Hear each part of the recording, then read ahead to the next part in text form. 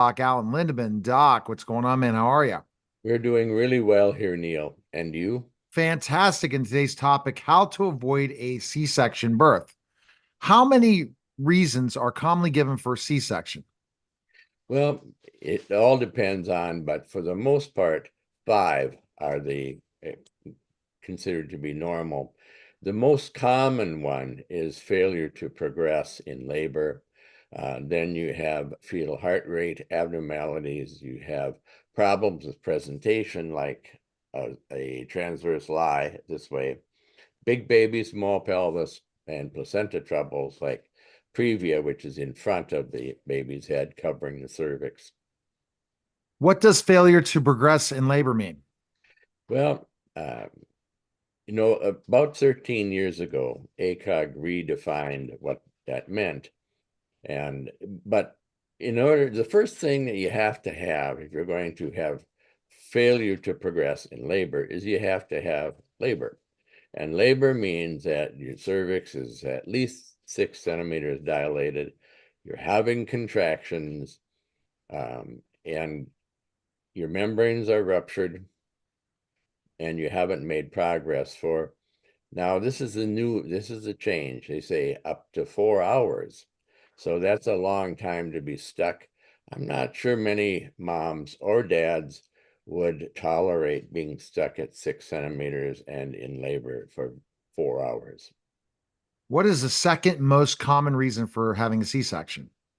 Well, believe it or not, it is fetal heart rate abnormalities. Back, it was around 1950 that the electronic continuous fetal monitoring came out. And we have demonstrated over and over again, there is no advantage to it. In other words, babies that are monitored by hand or by continuous electrical monitoring, the outcomes are the same. What's different is the higher cesarean section rate with the electronic monitoring and the greater morbidity and greater expense. What is the C-section rate in our country? Well, it's pushing 33%. It's probably something like 32.8. Depends on what source you're quoting, but 33% is pretty commonly quoted. How can you prevent a C-section? Well, there are several things you can try. Nobody is going to be so stupid as to guarantee that you're never or you couldn't have a C-section, but you start by educating yourself. And a lot of that education has to do with understanding the truths, what's true and what's myth about VBACs. That means vaginal birth after C-section.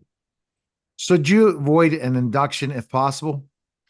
I certainly would. An induction is always uphill.